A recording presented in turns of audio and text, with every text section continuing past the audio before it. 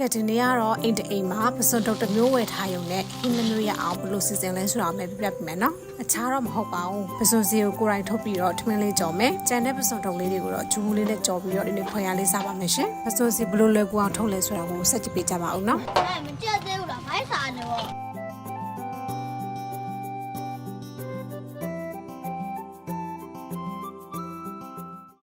ကဲမိုးအေးတုံးလေးကိုခြံတဲ့အလုပ်ကူလုပ်လိုက်အောင်မယ်ပြီးမှပဲဟင်းချက်ဒါကြတော့ခေါင်းညွန့်ချိုးတာဒီခေါင်းညွန့်ကိုမြန်တော့ပြန်ပြိုးတယ်မြေကြီးထဲမှာပြန်ပြိုးလိုက်တယ်15ရက်လောက်နေလို့ဆိုရင်တော့အမြစ်တွေထွက်လာပြီအဲ့ဒါကိုပြန်ပြီးတော့ဒီလိုပြန်စိုက်တာမျိုးဝယ်စရာမလိုပဲနဲ့ကိုယ့်ရဲ့စိုက်ခင်းတွေကပင်တဲ့ကိုပဲမျိုးပြန်လောက်တာပေါ့နော်ကနမပဲသူများကလည်းမျိုးစစ်ပြားဝယ်လဲဆိုမျိုးစစ်မဟုတ်ဘူးနော်ဒီလိုမျိုးအပင်လေးတွေပြိုးပြီးတော့စိုက်တာ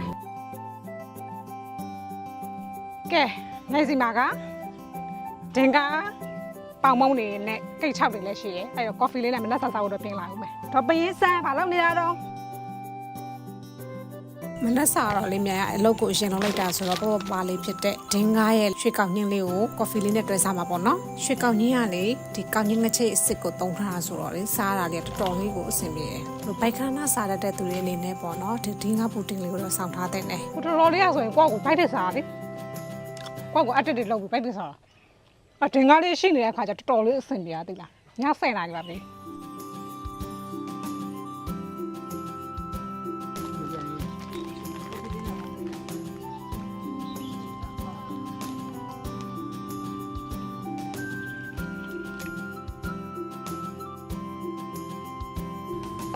နေ့လက်စားတော့ကတော့ပစွန်တော့တချို့ကပစွန်တော့ဝယ်ပြီးသွားရဆိုလို့ရှိရင်ဒီပစွန်တော့ဟင်းမဲ့ချက်ကြတာဆိုတစ်မျိုးပဲစားရတာပေါ့နော်အဲ့တော့မင်းတို့ဒီနေ့2မျိုးလောက်ပါပစွန်တော့ဝယ်ထားရုံနဲ့ပစွန်စီကိုတက်ထုတ်ပြီးတော့မင်းတို့တွေပစွန်တော့တက်ကြော်မယ်ပစွန်စီနဲ့ကိုထမင်းကြော်မှာပေါ့နော်အဲ့ဆို2မျိုးရသွားပြီနော်ခေါင်းအခွန်ကိုခွာလိုက်တယ်အခွန်ခွာပြီးတော့ဒီလိုလေးကြံတယ်ဒီလိုလေးဆွဲလိုက်တယ်ဒါလေးမှစီလေးကြံတယ်ပြီးရင်ဒီဘေးလေးတွေကိုဖဲ့ပေး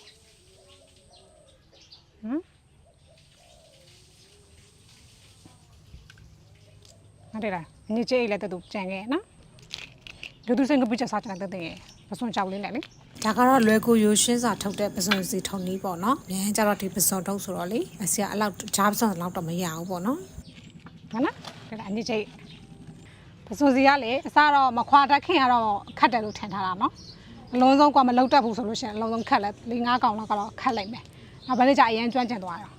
။ခွာပြီးခွာခြင်းနေ။ပစွန်တော့တပိတ်တစ်ခွဲကိုခွာလိုက်တာကဒီမှာနော်။ဒီပကံလုံးလေးနဲ့တဝက်ကြော်ရတယ်။တော့ပြင်ပကြီးဆွဲတာပေါ့။ဝါသနာပါလာပကြီးဆွဲရတာ။ပြောအောင်မယ်နော်။ဒီမှာဒင်းကနေကိတ်6တယ်နော်။အများကြီးထွက်တာ။နိုင်မနက်ကစားတာဆိုလို့ရှိရင်ကောက်ညင်းပူတင်ရလဲအရင်စားကောင်းတယ်အထက်မှာလေကောက်ညင်းငချိတ်လေးနဲ့နော်တော်တော်စားကောင်းတယ်။သူ့မှာလေကိုကီးတွေရောကိတ်6တယ်မှာအများကြီးပဲဒါကမြိုင်တောင်ပိုင်းမှာမြိုင်နဲ့ဦးလေးအကြီးရှိရပေါ့နော်အတော်ကနေမကောင်းတာဖြစ်နေတာဆိုတို့သွားပေးခိုင်းမလို့ပစွန်ထုတ်ကတော့ရိုးရှင်းတယ်စက်တုံယူဓာတ်ရိုက်ထားလေးကိုစီတက်ပေးတယ်အနံလေးမွေးလာပြီဆိုလို့ရှိရင်မြန်တော့ပစွန်ထုတ်လေးထည့်ပေးတယ်အရသာနေနဲ့ပဲငှက်ပြားကြီးအကြည့်လေးနဲ့စားရတာလေးပဲထည့်ပေးတာပေါ့နော်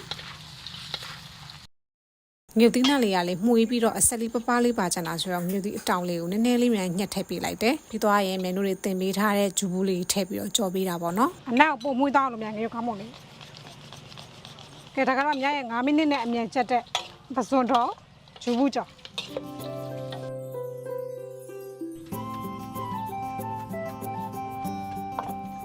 ဒီမုတ်တရားများရဲ့ပဲမလုပ်ဘူးစားဖို့ပေါ့တော့တော်လို့စားဖို့ပေါ့အိုက်ဆိုင်မုံနဲ့မဖိုးချင်လေးကနမ်နာဆိုမြဲမြဲ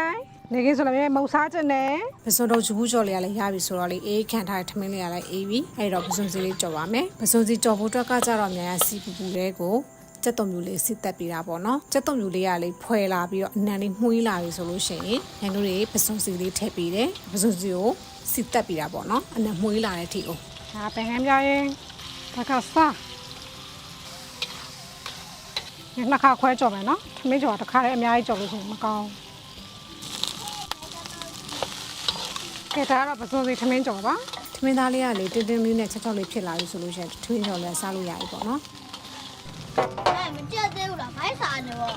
နေဦးလေလူဆောင်မယ်လေအဆိုင်မှာပါဒေကပူတေးရှိတယ်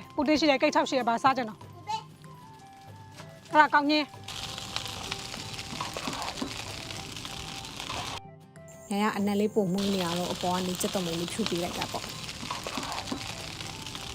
စူစီထမင်းကြောနဲ့တွဲစားဖို့တော့ကကြတော့အဆက်တော့ကလေးမြန်ရငရုတ်သစိမ်းချက်လေးစားချင်တာဆိုတော့ငရုတ်သစိမ်းထောင်းထားတာလေးစက်တုံလေးနဲ့အစစ်တက်ပေးတယ်စီကိုနည်းနည်းလေးတုံးထားတာဆိုတော့မြန်ကကတ်မှာဆိုတော့လေရှင်နှီးလေးထည့်ပေးတယ်ပြီးရင်ပစွန်တောက်ထည့်ပေးတယ်အရာသားနေနဲ့ကတော့ငံပြားရေးစားဟင်းခတ်မုံလေးပဲထည့်ပေးရပေါ့နော်နည်းနည်းစီပဲထည့်ပေးတာအများကြီးမသုံးအခြေခံပြီးတော့စီပြန်ဖြစ်သွားပြီဆိုလို့ရှိရင်ညရဲ့ငရုတ်သစိမ်းပစွန်တောက်ချက်လေးရပြီပေါ့နော်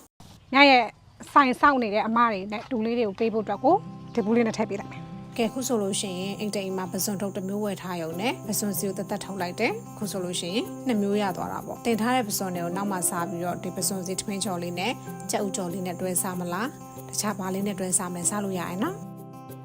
ကဲဒါတော့ညရဲ့ထမင်းကြော်ဖြစ်ပါတယ်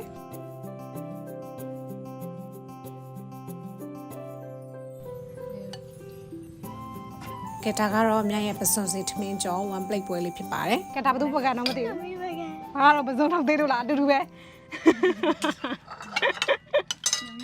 ဟိုမှာအကြီးပဲ အသိနဲ့အကြီးနဲ့မျှပေးတာเนาะအကုန်လုံးအကြီးမဟုတ်ရော့တော့ပင်းဆန်းသိစားကိုင်းနော်ကဲရဝိုင်းဝိုင်းတခွားတည်းကအကြီးဆုံးတွေထည့်ပေးထားပါတယ်မလေးပစုံထောက်ကြတာဟမ်ခလေးမို့လို့နော်ခလေးတွေပဲလူကြီးရမရတော့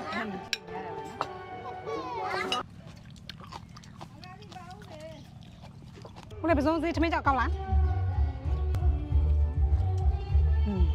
လက်က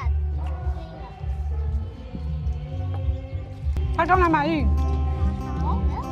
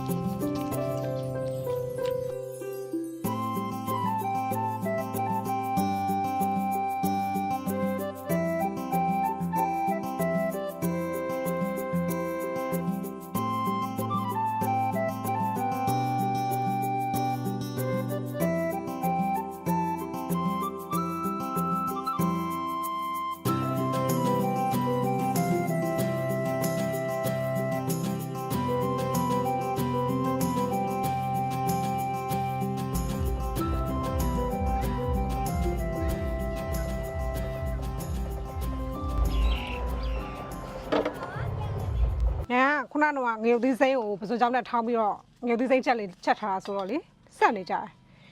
အဲ့တော့အဆက်ပြေကလေးတွေကိုစားကောင်းအောင်လူကြီးတွေရောစားလို့ကောင်းအောင်ဒီကိတ်ချောက်လေးနဲ့ဒီပြောင်းမှုလေးရယ်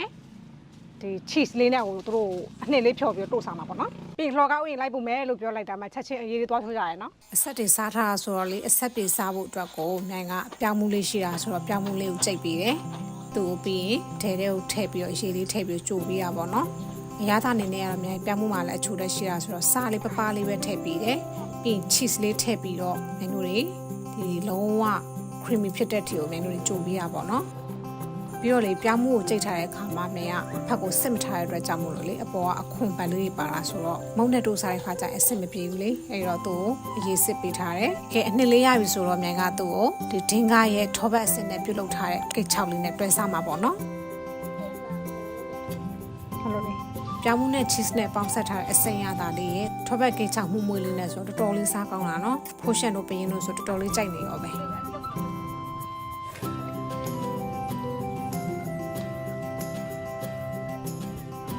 ာပါလေ